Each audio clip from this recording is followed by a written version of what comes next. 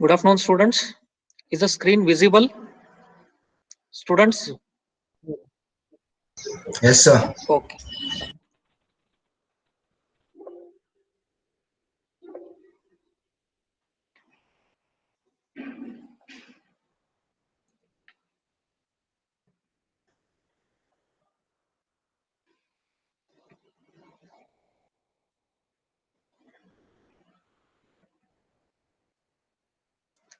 So, students, before going into the first module, let me give an overview of the syllabus first. The subject that I'll be handling for you all is electromagnetic field theory. So, this electromagnetic field theory is the subject which deals with the studying of the characteristics of electric field, magnetic field, and the combination of electric and magnetic fields. So such a study is called as the electromagnetic field theory. Just mute your cell phones. Mute your cell phones, please. Somebody has hold on. Mute your cell phones. Students, mute your cell phones.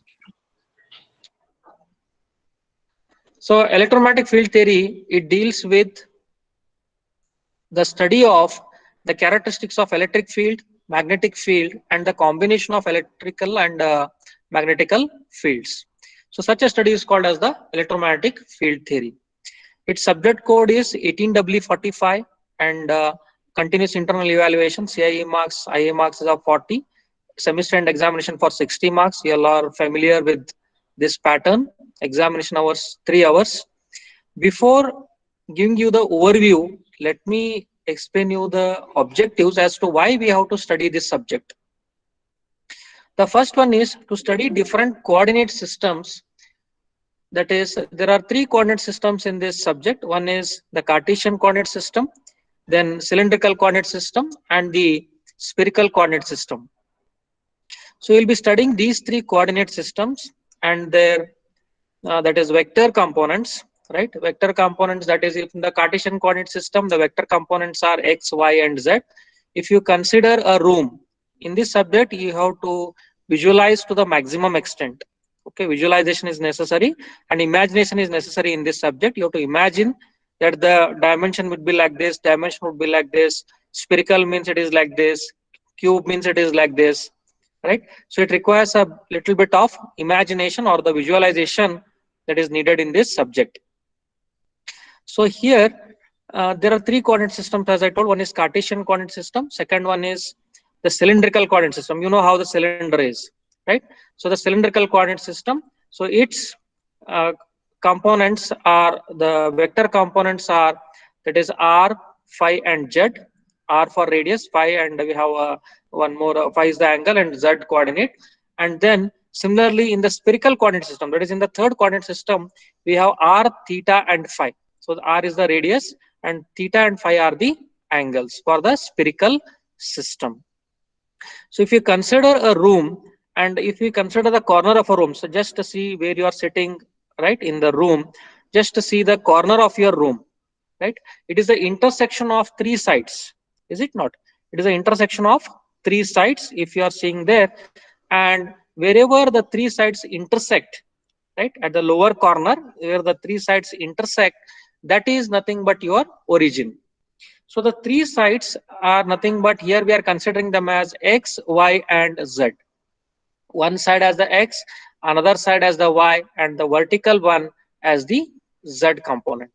Okay, so like this you have to visualize wherever you are sitting in the room, see the corner of your room and where the three sides intersect. One is the side x, you can consider, another one is the side y, right, horizontal one, and the vertical one, the perpendicular one, you can consider it as the z. Okay, so these three are mutually perpendicular to each other, x, y, and z. These are called as the vector components. Vector components. Then unit vectors. Unit vector, as the name itself tells, that its magnitude is unity. Its magnitude is 1. And its magnitude is 1 irrespective of in which coordinate system it is. Whether it is in Cartesian or cylindrical or spherical, its magnitude is always 1. And this unit vector gives the direction of the vector. Okay, so whichever vector you are studying, or whichever vector you are considering, its direction if you want to mention, then you have to mention the direction of that vector with respect to the unit vector, with respect to the unit vector. Okay. Then we have the scalar field and the vector fields, right? Scalar field is nothing but, again, coming to the I was here to study different coordinate systems for understanding the concept of gradient. Gradient is the derivative, it's a derivative of a function. Then divergence is if you take the operation, if you operate on the vector quantity, it is a operator which operates on the vector quantity to produce a scalar quantity. Okay, you know the difference between scalar quantity and vector quantity. Scalar quantity is the one which has only the magnitude but no direction, whereas the vector quantity, it has both magnitude and direction, right? Scalar quantity, for example, we can say mass, right? Mass is a scalar quantity, right? It has only the weight and it has no direction. And similarly, temperature, we say that temperature is this much magnitude. We don't say that the temperature is in this direction or in that direction. So it is a scalar quantity. Then which are the vector quantities? Velocity. Velocity, we say that the speed is this much and it is traveling from east to west or north to south, right? With the speed of say 30 kilometers per hour or 40 kilometers per hour, is it not? So there, that is nothing but the vector quantity. Then we have what is called as a curl. Curl of a vector. Curl is nothing but the rotating vector. If the vector rotates, then that rotating component of that vector is called as the curl of a vector. Curl, rotating. To study the application of Coulomb's law is nothing but, you have already studied in your PU level, right? Coulomb's law states that, what is the statement of Coulomb's law? Can anybody recollect Coulomb's law statement?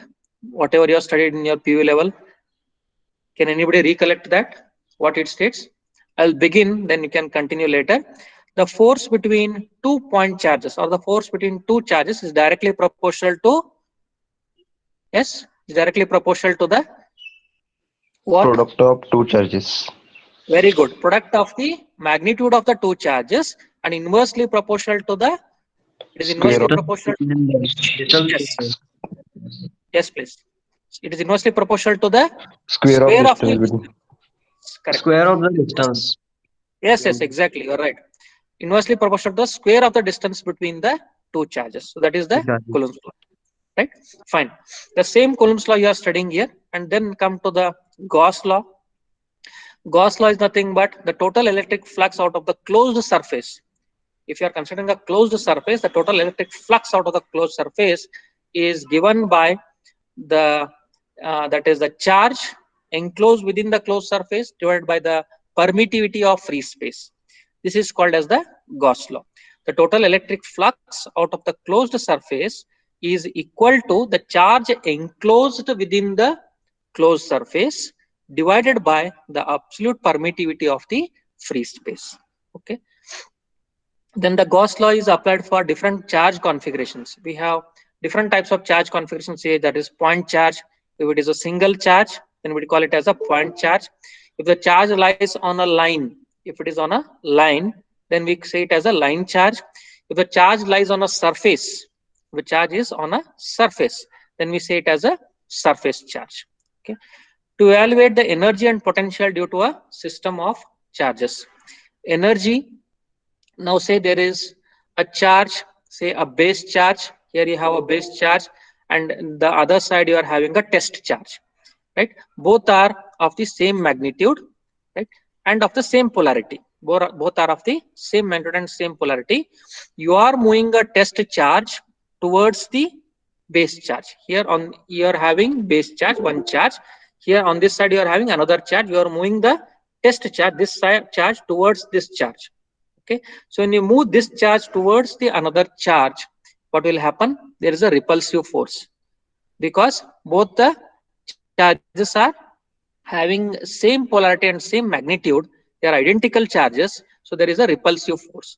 Now whatever energy you are required to move this test charge towards this base charge, right, that is nothing but your work done, or you are considering at a point, this test charge, if you are considering at a point, then that energy is called as the potential energy. Okay, so this energy and potential due to system of charges, due to many point charges, that you are studying here. To study the behavior of electric field across a boundary between conductor and dielectric. There is a conductor, there is an insulator, then the wave propagates from the conductor to the insulator at the boundary, at the interface, what we call as the interface, at the boundary. How does it behave? How does the electric field behaves? That we will be studying. And between two different dielectrics, if there are two insulators and the wave is passing from one insulator to another insulator, how it behaves. To study the magnetic fields and magnetic materials. So there is a magnetic field, just like how there is an electrostatic field, right? The electrostatic field is nothing but, what is meant by electrostatic? Static means constant. Due to constant charge, whatever electric field is produced, that is called as the electrostatic field. And if there is a magnet, if there is a permanent magnet, and the magnetic field produced due to this permanent magnet is called as the magnetic field or the electromagnetic field. Okay, so electrostatic means it is due to the static charges, constant charges, whatever electric field is produced, that is electrostatic field. And the magnetic field produced due to the permanent magnet is called as the electromagnetic field. Then magnetic materials. There are different types of magnetic materials. Again, you have studied in your PU level. It is diamagnetic material, paramagnetic material, and ferromagnetic material. Diamagnetic material has the permeability of less than unity, less than 1, right? Then permeability of paramagnetic material is slightly more than 1. The permeability of ferromagnetic material is very larger than 1. Okay, so this is how, based on the permeability, we are classifying the magnetic materials as diamagnetic, paramagnetic, and ferromagnetic. Then, to study the time varying fields and propagation of waves in different media. The time varying fields, if the electric current is varying with respect to time, we know that when the current flows through a conductor, a magnetic field is produced surrounding the conductor, is it not? So such fields are called as the time varying fields. So we'll be studying these and propagation of waves in different media, that is in conductor or in the insulator, how the wave behaves. And coming to the module 1, vector analysis. First one is scalars and vectors. We discussed about them. Then vector algebra. Vector algebra is again the algebra of, say, addition of two vectors or subtraction of two vectors. Scaling on vectors. Scaling on vector is you are multiplying the vector by a scalar quantity. What happens? So all that you will be studying in vector algebra. Cartesian coordinate system, that is what I told. Vector components, that is x, y, and z. If you consider the Cartesian system, similarly we have the vector components in the, that is the cylindrical system and in the spherical system. Unit vectors, scalar field and vector field, right? Scalar field and vector field, will come to that. Then dot product and cross product. If you multiply two vectors, dot product, okay, then a dot b is called as the dot product or the scalar product. Okay, that is given by a dot b. All this you have studied in your first year, right? First year subject. Then a dot b is nothing but absolute value of a into absolute value of b into cosine of the angle between vector a and vector b. That is the dot product. If you consider cross product, a cross b is given by magnitude of a into magnitude of b into sine of angle between vector a and vector b multiplied by the unit vector. Again, there is a unit vector which comes in cross product, but this unit vector will not come in the dot product. We'll see that. Gradient of a scalar field, divergence and curl of a vector field.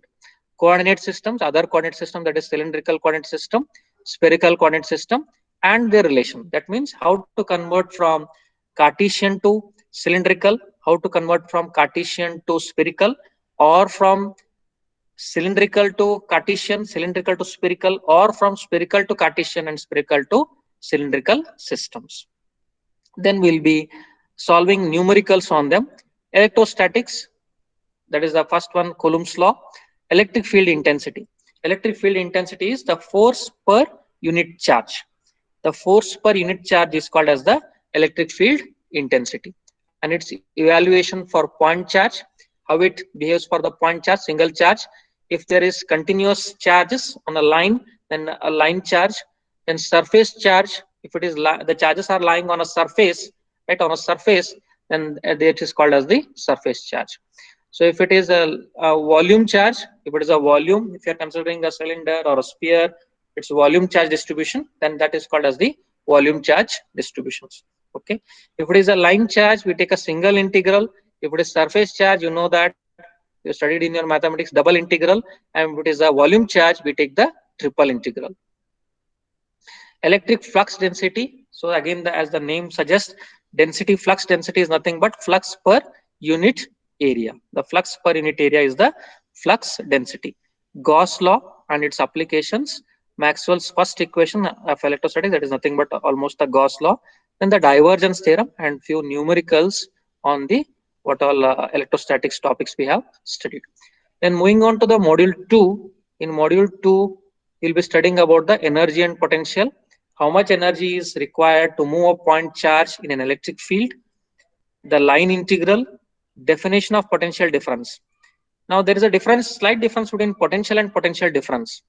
Potential means it is potential at that particular position, at that particular point.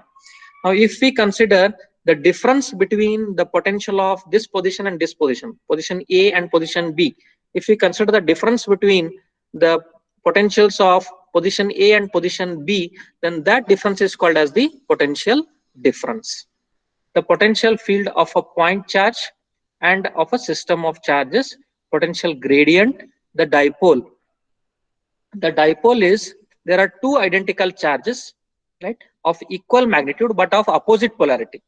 There are two charges of same magnitude but of opposite polarity, separated by a small distance. Separated by a small distance. So such a set of charges, such a set of two charges is called as the dipole. Energy density in the electrostatic field, then numericals on energy and potential topic. Conductors and dielectrics, current and current density. What is the current and what is current density? Continuity of current. Here we'll be studying an equation called as continuity equation. Conductors, metallic conductors, then properties of the conductors and boundary conditions. That's what I told. The boundary, if you are considering the boundary between one side, on upper side say there is a conductor, and the bottom side say there is a insulator, then in between is the boundary between the conductor and the insulator. So that conditions we will be studying. Perfect dielectric materials, perfect insulators. Dielectrics are nothing but the insulators. Capacitance calculations. How do you calculate the capacitance of a parallel plate capacitor with two dielectrics? If it is a parallel plate capacitor, the two plates of the capacitor are parallel.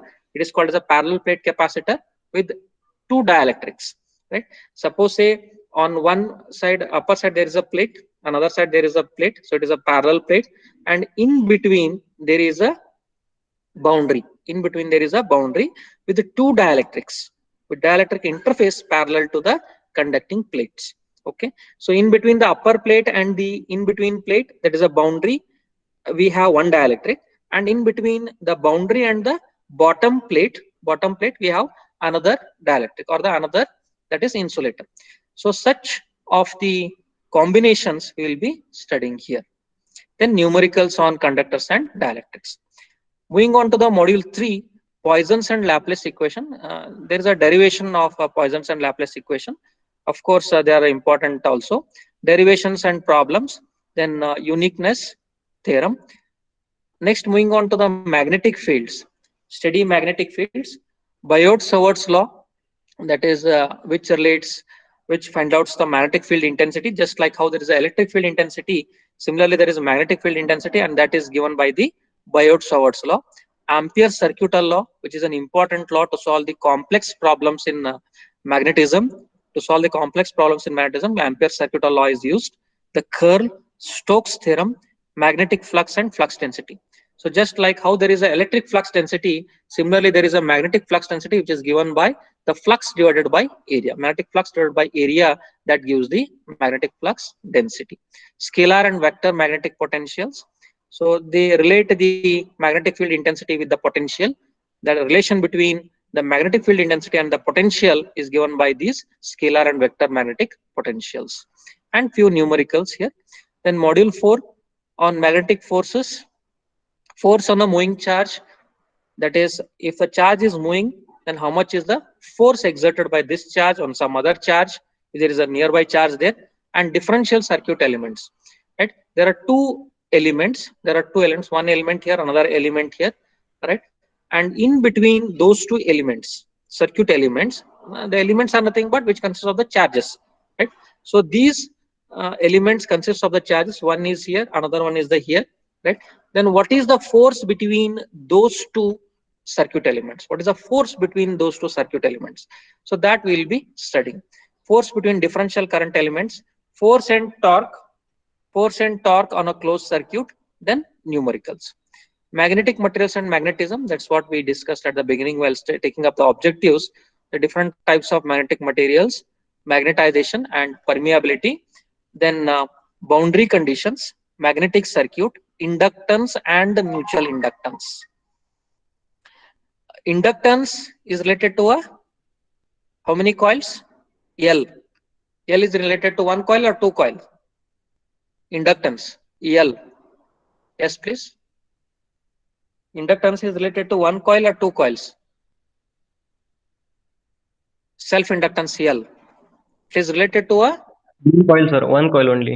one coil. Self-inductance. Very good. Mutual And inductance is mutual where two two coils come coils. into picture, correct? So if the flux linking between the two coils is considered, then there comes the mutual inductance. Okay. So all this you have studied in your first year level in basic electrical. The same things you will be studying here. Then numericals. Then module 5 is on time varying fields and Maxwell's equations. Faraday's law. You all know the Faraday's laws of electromagnetic induction. What is the Faraday's laws of electromagnetic induction? Can anybody suggest? Define Faraday's laws of electromagnetic induction, which you have studied in your first year level. E is given by minus n into d phi by dt. E is equal to minus n into d phi by dt. Is it not? That means the EMF induced in a closed path, in a closed circuit, is directly proportional to the rate of change of flux. Okay, the EMF induced is directly proportional to the rate of change of flux. Fine. That is the Faraday's laws of electromagnetic induction. That means whenever the flux linking with the conductor changes, an EMF is induced.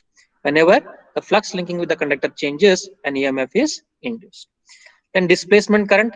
Again, here we have two types of current. One is conduction current, another one is displacement current. We'll be deriving the equations for those two currents.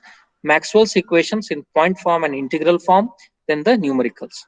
And the last one is uniform plane wave, wave propagation in free space.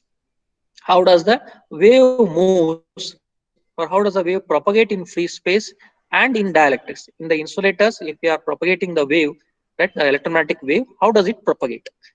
Pointing vector and power considerations. Okay, we will be deriving that Pointing theorem. There is a theorem on that, Pointing theorem, and power considerations. Propagation in good conductors. How does an electromagnetic wave propagate in good conductors? Right, and when it propagates in good conductors, there is an effect called a skin effect. We will be considering there when we'll be studying in the module 5. Then finally the numericals on module 5. Once you will study all these modules, then what is the outcome? At the end, what you will be achieving?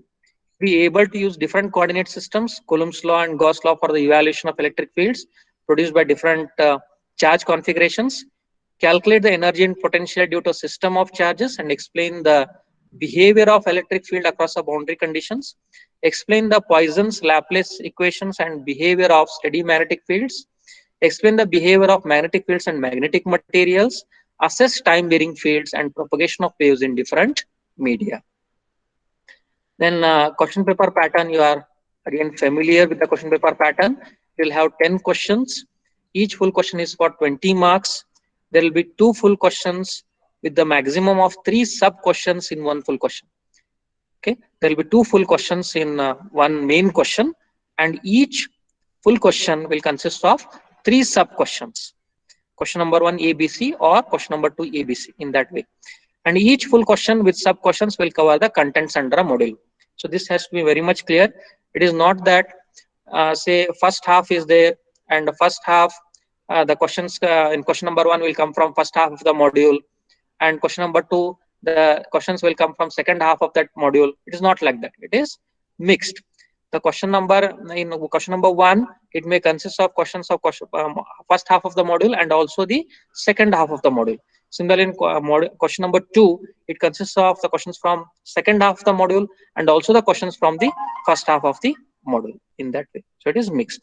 Okay, so you have to study the entire module if you all want to attempt, if you're attempting that particular question.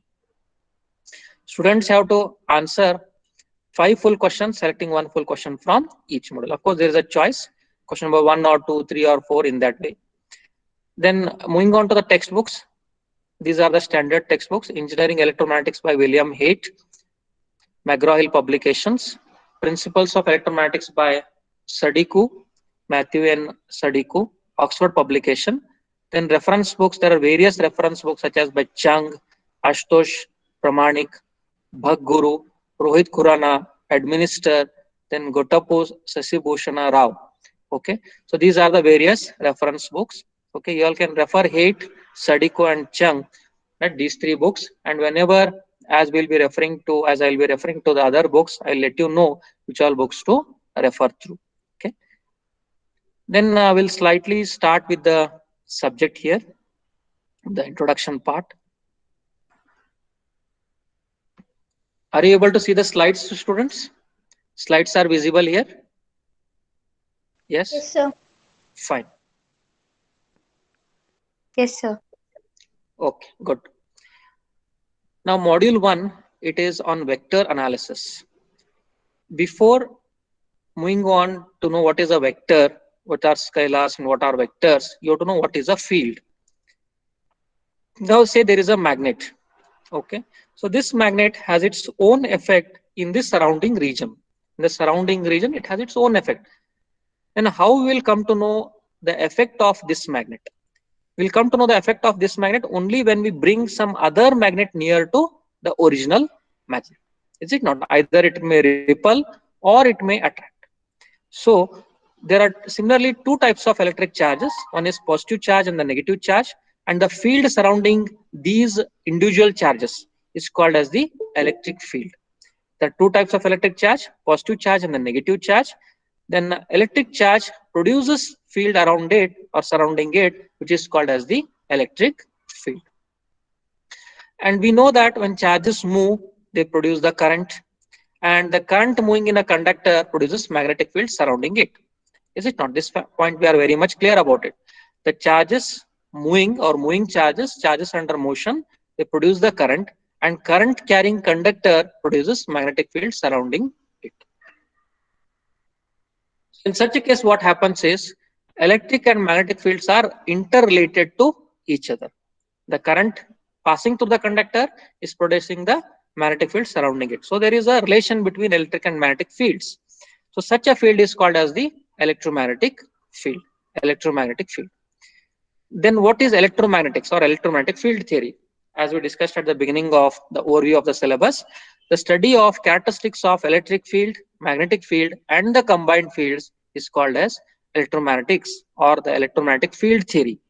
The study of characteristics of the electric field, the magnetic field, and the combined fields is called as the electromagnetics or the electromagnetic field theory. Then distribution of a quantity in space. What is a field? Distribution of a quantity in space is defined by a field.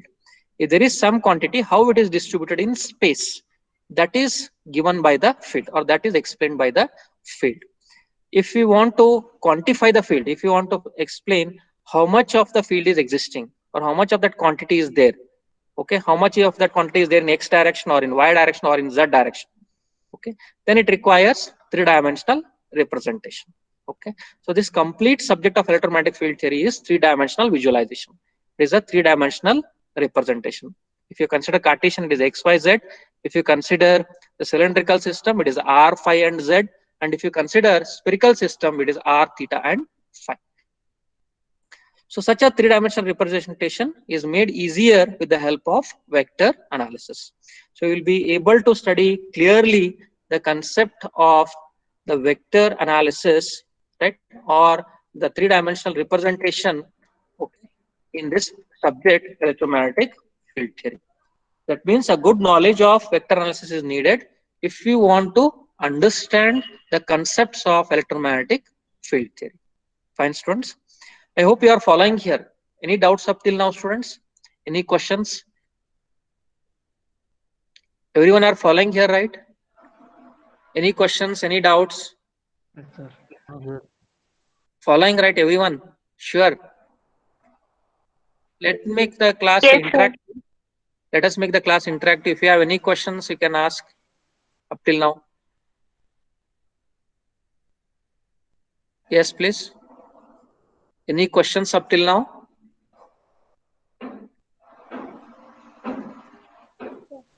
No, sir.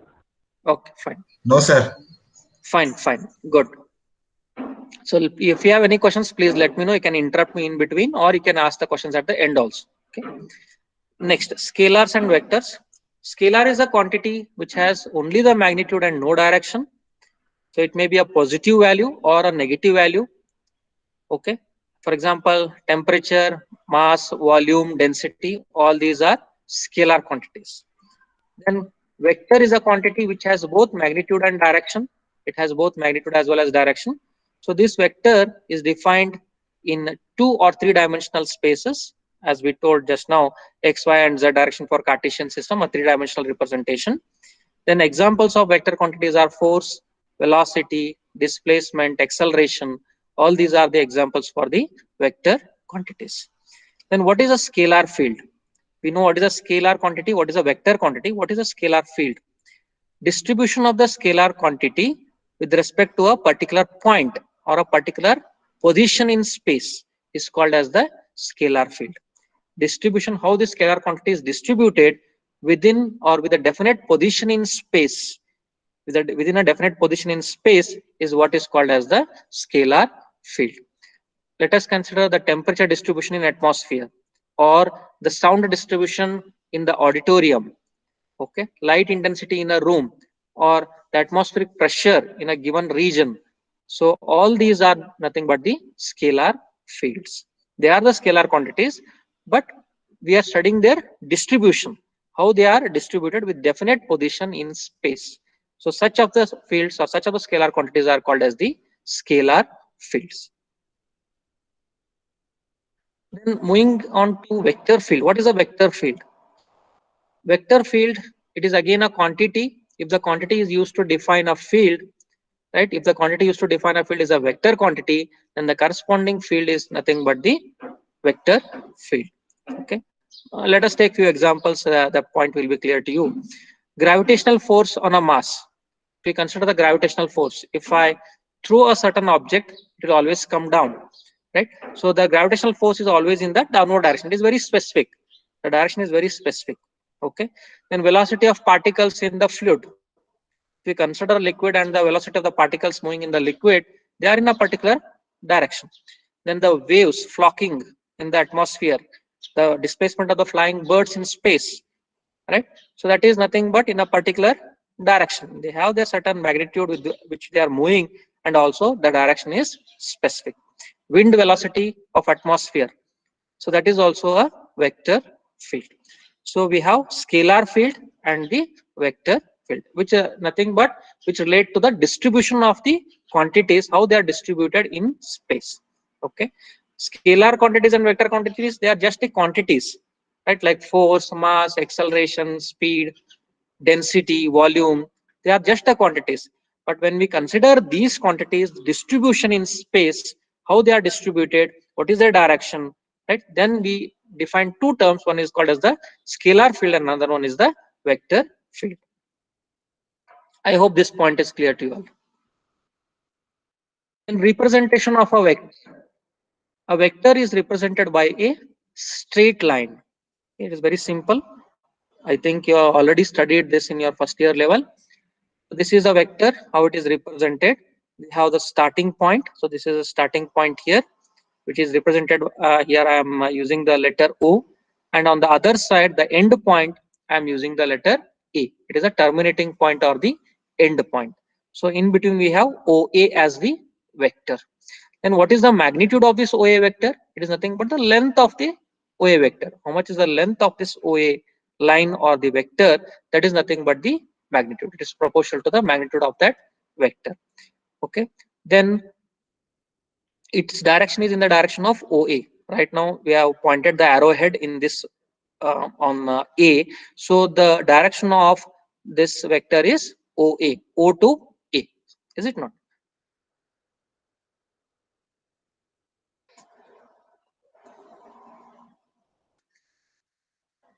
So length of the segment is the magnitude of the vector, and arrow indicates the direction of the vector. The vector shown is denoted as OA. So whenever you are writing any vector, it should be written as OA, right? Its designation is denotation, and then you have to use a bar on that.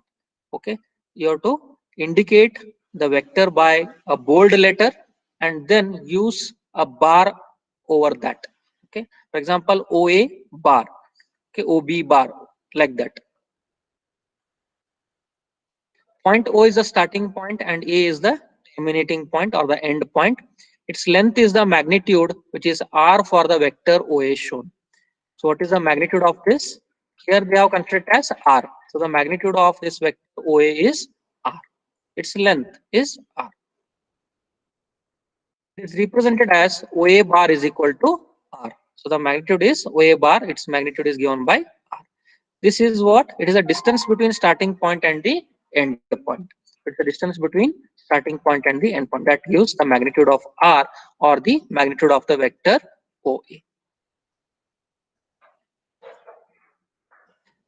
Note that a vector will be indicated by bold letter with the bar over it. Always whenever you want to indicate a vector, it should be always with the bold letters with the bar over it. So this is how we are representing the vectors.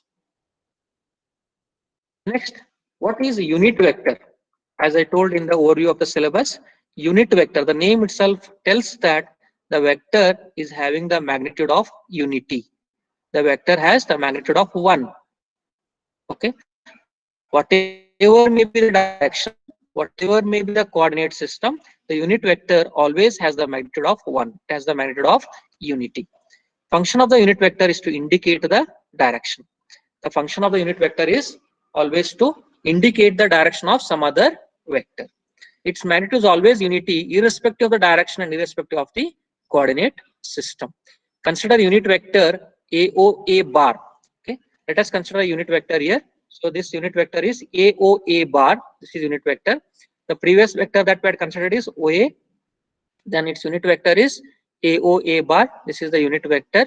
Okay, its magnitude is unity, and the direction of this unit vector gives the direction of the other vector, that is OA bar. Okay, that is the importance of this unit vector. The unit vector direction always gives the direction of the some other vectors. This vector indicates the direction of OA bar, but its magnitude is 1 or unity. Vector OA bar is represented by its magnitude R, and the direction is given by unit vector. So it is represented by the vector R. Its magnitude just now we saw in the previous figure, right? Its magnitude is R, and its direction is given by AOA bar, which is the direction of that of the unit vector. Its magnitude is 1, but its direction of unit vector, that is the one which gives the direction of the other vector, that is OA here. OA bar is equal to magnitude of OA bar into AOA, that is OA bar magnitude is OA bar magnitude here, absolute value, into AOA bar, that is direction. So magnitude is R, magnitude of this vector is R. What is its direction? It is given by AOA bar. A is small here, it is unit vector. AOA bar. This is how the unit vectors are represented. Where AOA bar is unit vector along the direction OA, and AOA bar magnitude is 1. We know that the magnitude of the unit vector, as the name itself tells, that it is equal to unity or 1. Fine, students. unit vector along any vector can be obtained by the formula. There is a particular formula to find the value of unit vector. So the unit vector is always given by the vector divided by its magnitude. Suppose now here we have considered the vector OA bar. Here we have considered the vector OA bar, its vector quantity divided by its magnitude. OA bar is the vector that divided by its magnitude, that is absolute value. We can see here OA bar is the unit vector, its formula is OA bar, that is the vector quantity that divided by OA bar, okay, absolute value of OA bar. So there's a slight duplication here. So it is vector is OA bar, then that divided by, that is a division process, that divided by absolute value of OA bar. Okay, so this gives the magnitude of the unit vector. Remember, this formula is important to find the unit vector. The formula is vector divided by its absolute value, or the vector divided by its magnitude. That gives the value of the unit vector. The next is vector algebra. So in the next class, I'll be explaining few of the operations such as scaling, addition, and subtraction. What is the scaling of vector? Okay. How does the magnitude change because of scaling factor? What is addition of vectors? Coplanar vectors. Then what is the resultant vector? If you are adding two vectors, all that we'll take up in the next class. In today's class, students, we have discussed the first one. We started with the overview of the syllabus. Then moving on to the module 1, vector analysis, we defined what is a field, definition of field, right? So a field, as we know, it is nothing but distribution of a quantity in space is defined by the field.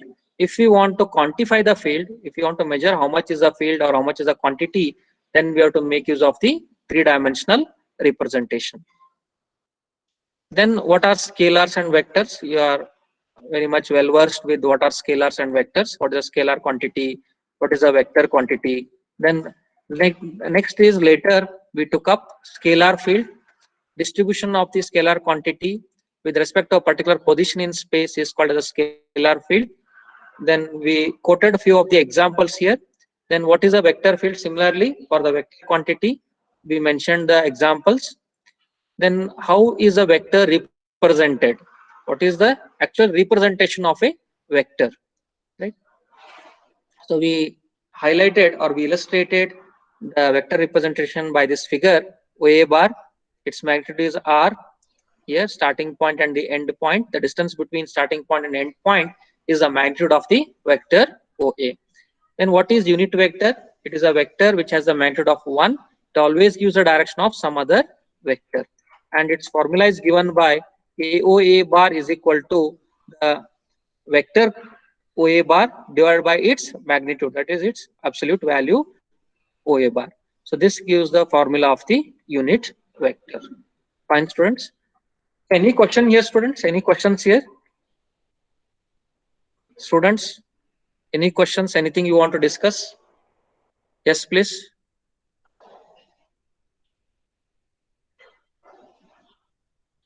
You want to discuss anything here? No, sir. If you are having any questions, you can ask. Any questions?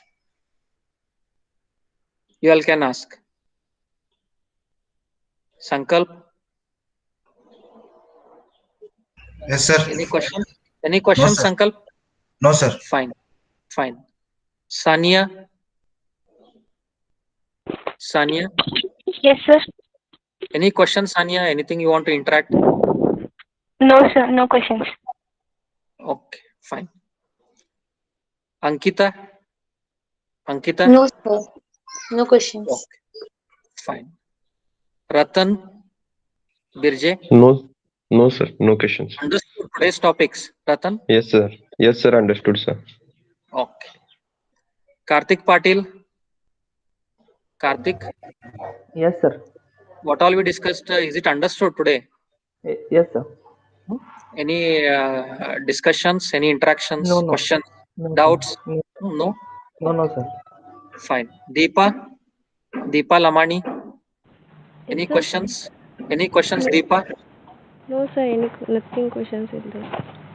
Okay. Any topic you did not understand today? Any problem in understanding? No, sir. Clear, right? Today's discussion. Yes, sir.